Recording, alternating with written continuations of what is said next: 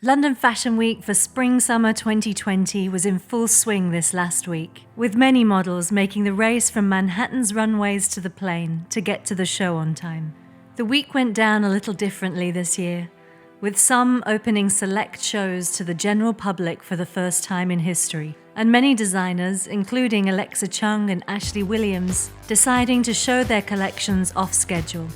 Normally closed off to the rest of the world, London Fashion Council opened its doors, offering 6 public shows over the weekend. For the price of £135, roughly 245 Australian dollars, anyone could be a part of the fashion spectacle and watch esteemed models walk the catwalk for designers such as Henry Holland, Alexa Chung, and Self Portrait. Also included in the ticket were panel discussions by industry figures and a fashion exhibition. Commenting on this decision, British Fashion Council Chief Executive Caroline Rush said, "We've had a really great pickup and interest not only from consumers, but also from fashion industry insiders that are curious as to what the experience is going to be. And it's received extensive praise from those in the fashion world, including Alice Faraz of F-Hits, a digital influencer platform. It's a very good thing to see. London is always the avant-garde of trends. These shows have to be for the public, not just for the press." London is the first of the 4 fashion capitals to make the experimental move to directly invite the public. In New York, the only option for fashion lovers is to buy the New York Fashion Week The Experience package, which will set you back anywhere between $500 to $2,500 US.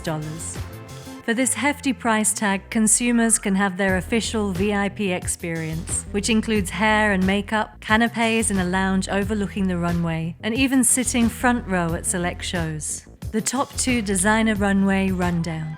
Victoria Beckham. This season took a softer turn for Victoria Beckham, with a spring-summer line full of neutrals mixed in with sudden punctuations of lemon yellow, vibrant green, and blue hues with fluffy hem designs. Quite the opposite to the strong tailored look Victoria so often favours. The floating caramel tonal hues and pops of colour that this season incorporated allowed for her show's makeup artist, Pat McGrath, to take a bold hand to the traditional bold eyeliner. Using precise lines at the crease, McGrath used liners in an assortment of colours to flatter each individual model's eye shape before adding a soft smudge to the eye for a smouldering look. As for the rest of the makeup look, the models' faces were left dewy and bare, with the only other addition being a soft pink lip as to not distract from the art that was the drama of the eye. And if we thought Victoria Beckham couldn't get any more iconic, she launched a beauty line in the middle of the hustle and bustle that is London Fashion Week. The release of Victoria Beckham Beauty preceded what was to be a thoroughly impressive show on the Sunday, allowing for her models to wear not only her designs, but also her new beauty products. Co-created with Sarah Crail, who has worked with brands such as Bobbi Brown, Estee Lauder, and Tom Ford. This beauty line embraces inclusivity as its philosophy, as Beckham made very clear in a behind-the-scenes video shared on the brand's Instagram. When developing all of the makeup, we said that we wanted to be incredibly inclusive, and that's exactly what we've done. We all have completely different skin tones, we're all completely different colours, completely different ages, and we're all wearing the same makeup. The drop included 4 tonal eyeshadow palettes, or smoky eye bricks, as well as cream glitter eyeshadow in 4 shades and an eye pencil in 3 different shades. Burberry.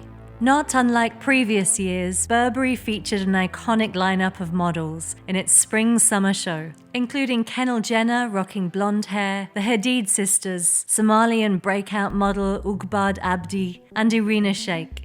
Not only did Burberry have the best of the best on its runway, they also took a step towards a better future, announcing that their Spring-Summer 20 line certified completely carbon neutral.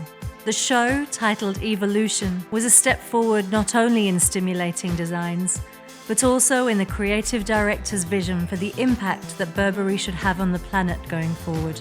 We have offset our impacts, such as the flights of guests travelling to London specifically for the show, and the build and the production of the event, through VSC-certified REDD+ projects, which prevent deforestation and conserve tropical rainforests in the Brazilian Amazon.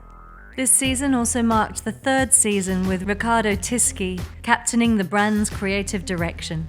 Opening the show with a neutral palette and caramel suiting, steel grey and black fringe, the line also featured plenty of silk scarves reinvented as belts and halter necks. Tisci also brought his familiar taste of streetwear to this season's lineup, presenting relaxed tees, rugby polo shirts, and logo-emblazoned oversized boxy shirts. And if we thought that was enough statement for one season, we were wrong, as a handful of Handmaid's Tale-esque headwear filtered through the lineup, suggesting Tisci's designs had our futures in mind.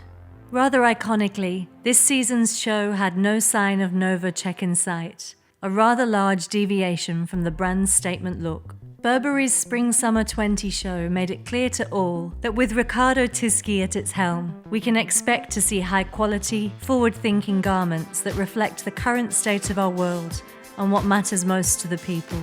Naomi Campbell for a cause. On Saturday, the British Fashion Council saved the best for last, with Naomi Campbell's charity and iconic show, Fashion for Relief. Founded by the supermodel in 2005, the charity has raised money for the Ebola crisis, Time's Up, Hurricane Katrina, and many, many more humanitarian causes. The famously star-studded show was no less sparkly this year, with guests such as Anna Wintour, Adwoa Aboah, Alexa Chung, Iris Law, Adu Takesh, who Naomi Campbell affectionately called her daughter on Instagram earlier in the day. Clothes for the show were provided by the likes of Gucci, Tommy Kutsumi, and Alexander McQueen, and modelled by none other than Naomi herself, along with Stella Maxwell, Erin O'Connor, and other household names. There was a serious message along with this beautiful show. The proceeds from this year's event were directed towards the Mayor's Fund for London, a charity which works in partnership with schools, community organisations, other charities and local authorities across all 33 boroughs to support young Londoners and UNICEF. Urgent calls to action were brought forward, including 60 million children do not have access to education, and we can break the cycle together, all sprawled across the walls of the building.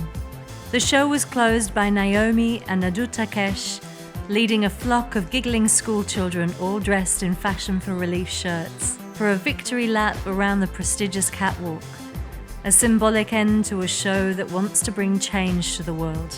Naomi's message: we cannot afford to ignore these world problems anymore. It is our responsibility to do something about them. If nothing else, this London Fashion Week has shown us that Londoners and its designers have more than just iconic garments in mind when it comes to showcasing the best of the best at London Fashion Week. Milan Fashion Week is hot on the heels of London. Check back with us to get the rundown of yet another iconic fashion event. Subscribe to FIB's newsletter for updates on upcoming shows this fashion month.